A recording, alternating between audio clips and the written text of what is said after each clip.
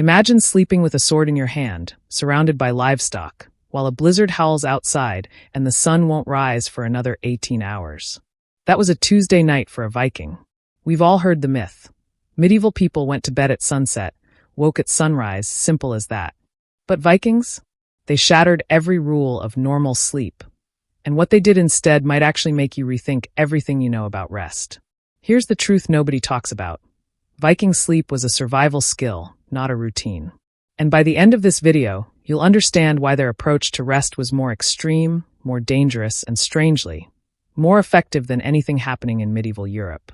Let's start with the one thing that changed everything. In medieval Paris, sleep was predictable.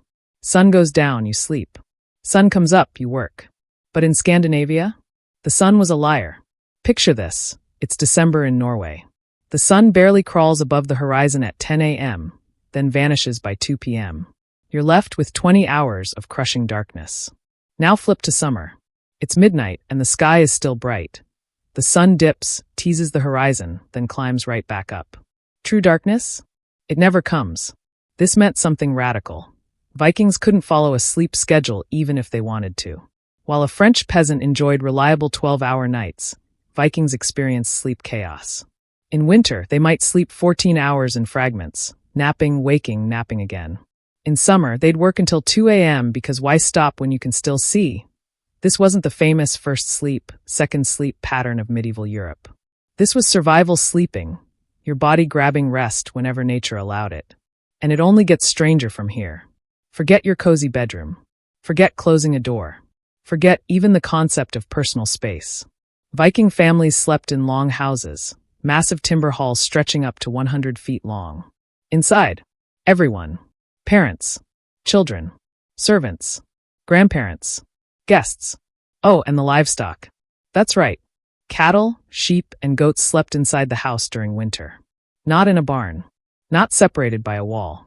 Right there, maybe 10 feet from where you laid your head. Why? Simple math.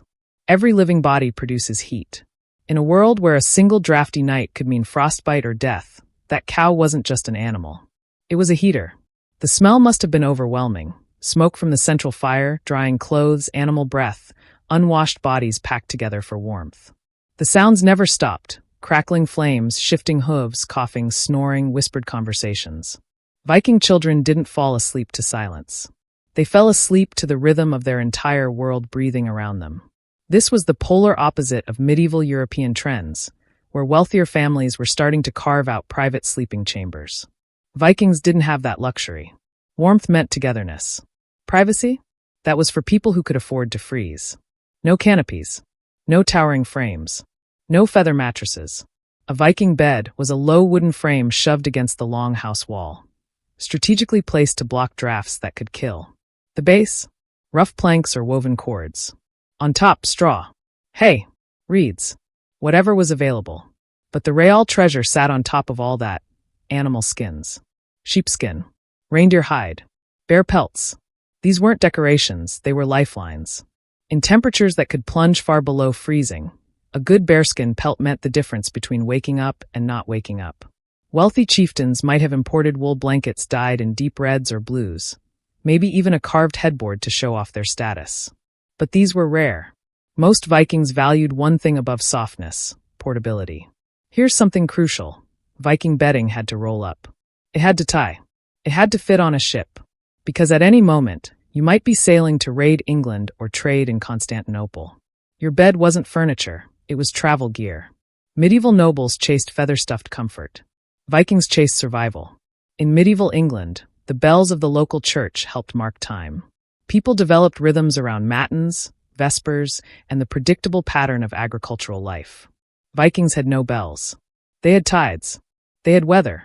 They had opportunity. Sleep happened when work allowed, not when a clock demanded. A fishing fleet might return at 3 a.m., which meant everyone worked until the catch was processed, then collapsed whenever they finished. Trade ships arrived on their own schedule. If a merchant vessel pulled into harbor at midnight during the bright summer months, you didn't say, "Come back in the morning." You traded. You negotiated. Then you slept. Winter raids against rival clans could launch at any hour. Defenders didn't get a warning. And warriors quickly learned that the ability to go from deep sleep to full combat readiness in seconds wasn't optional. It was mandatory. This created something we might call tactical sleeping.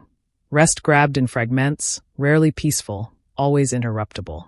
The medieval concept of sanctified sleep, of nighttime as a protected period, simply didn't exist in the same way.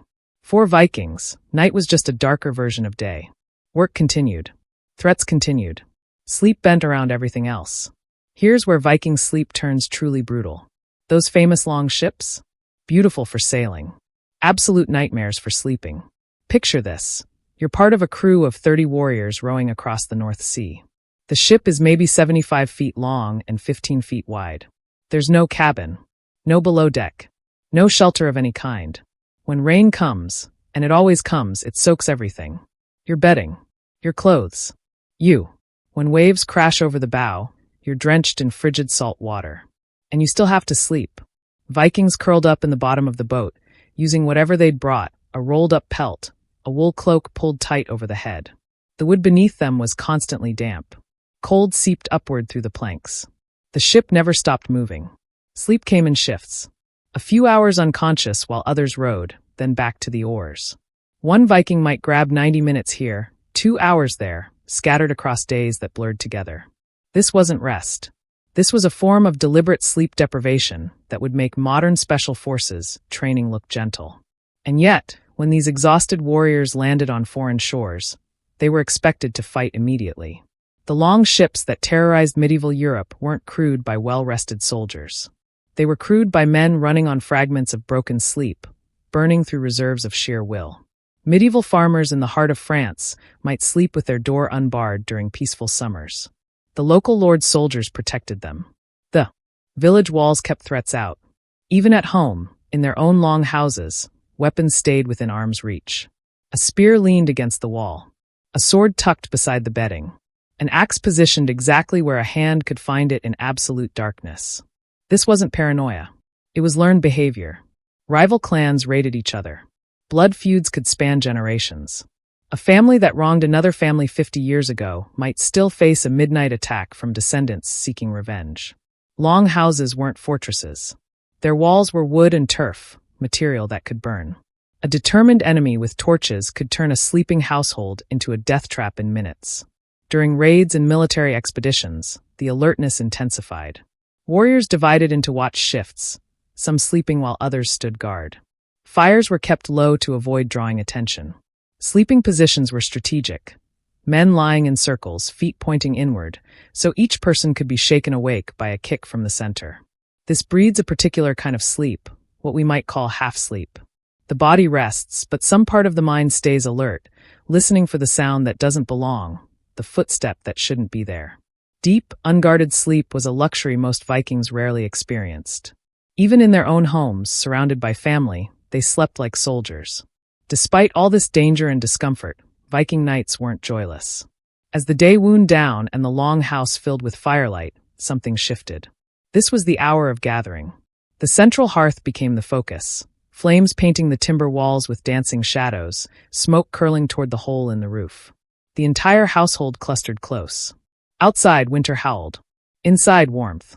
Before bed, families told stories. Not idle entertainment, but vital cultural transmission. Tales of ancestors, their deeds memorized across generations. Stories of gods, Odin, Thor, Freya, and the lessons hidden in their adventures. Accounts of legendary voyages to lands most listeners would never see. Children fell asleep to these voices. They learned their family lineages half-conscious, absorbing honor and history through the fog of approaching dreams. Drinking horns passed around. Mead, sweet, warming, fermented from honey, loosened tongues and chased away the evening chill. Warriors newly returned from raids shared what they'd seen. Distant shores, strange people, battles won and lost. Sleep began as a communal act. Not isolated, not private, but deeply connected to the group.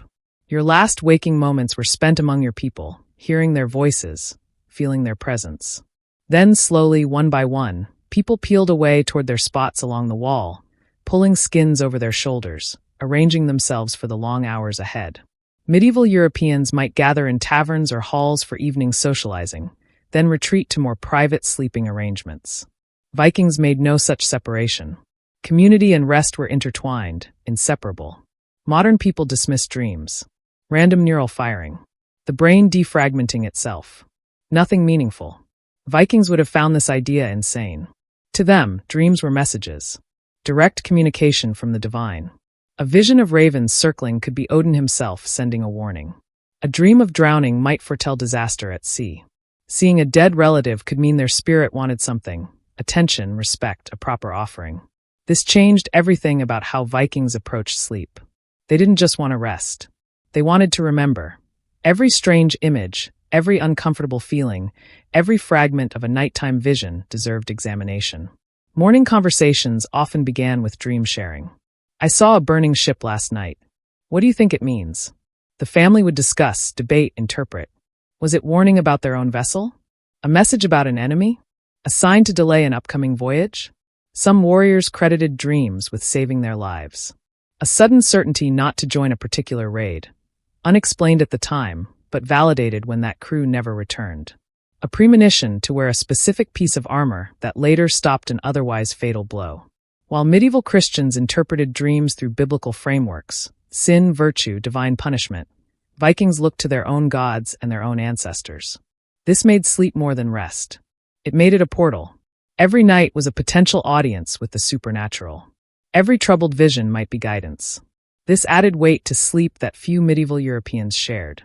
Missing a dream, failing to remember, failing to interpret, might mean missing a message that could save your life. Here's the uncomfortable truth. Vikings were better at adapting to bad sleep than we are. We live in climate-controlled homes. We have mattresses engineered for perfect spinal alignment. We have blackout curtains, white noise machines, sleep tracking apps, and weighted blankets. And we're terrible at sleeping when conditions aren't perfect. Travel disrupts us. Stress destroys us. A too-hot room or an unfamiliar bed can ruin our entire next day. Vikings would have found this hilarious if they weren't too busy surviving. They understood something we've lost. Sleep doesn't need to be perfect to work. It needs to be enough. Enough to rise the next morning and face whatever comes. They adapted to insane light cycles without complaint. They slept among livestock and family in a cacophony of sound. They grabbed rest in fragments on rolling ships. They learned to sleep lightly enough to wake at the first sound of danger. They didn't fight their conditions. They bent around them. We wage war against anything that interrupts our precious 8 hours. A neighbor's dog barks, and we're furious. A plane flight across time zones, and we spend days recovering. Vikings would grab 3 hours of broken sleep on a ship, then row for another 12. Maybe the lesson isn't that we should suffer like they did. Maybe the lesson is that sleep is more flexible than we believe. Our bodies can adapt to far more than we allow them to. The Viking night reminds us that rest isn't about perfect conditions. It's about taking what you can get and rising ready anyway. So why was Viking sleep nothing like medieval sleep? Because Vikings didn't have the luxury of predictability. Their world was too harsh, too variable, too dangerous for the rhythms that governed life in temperate Europe.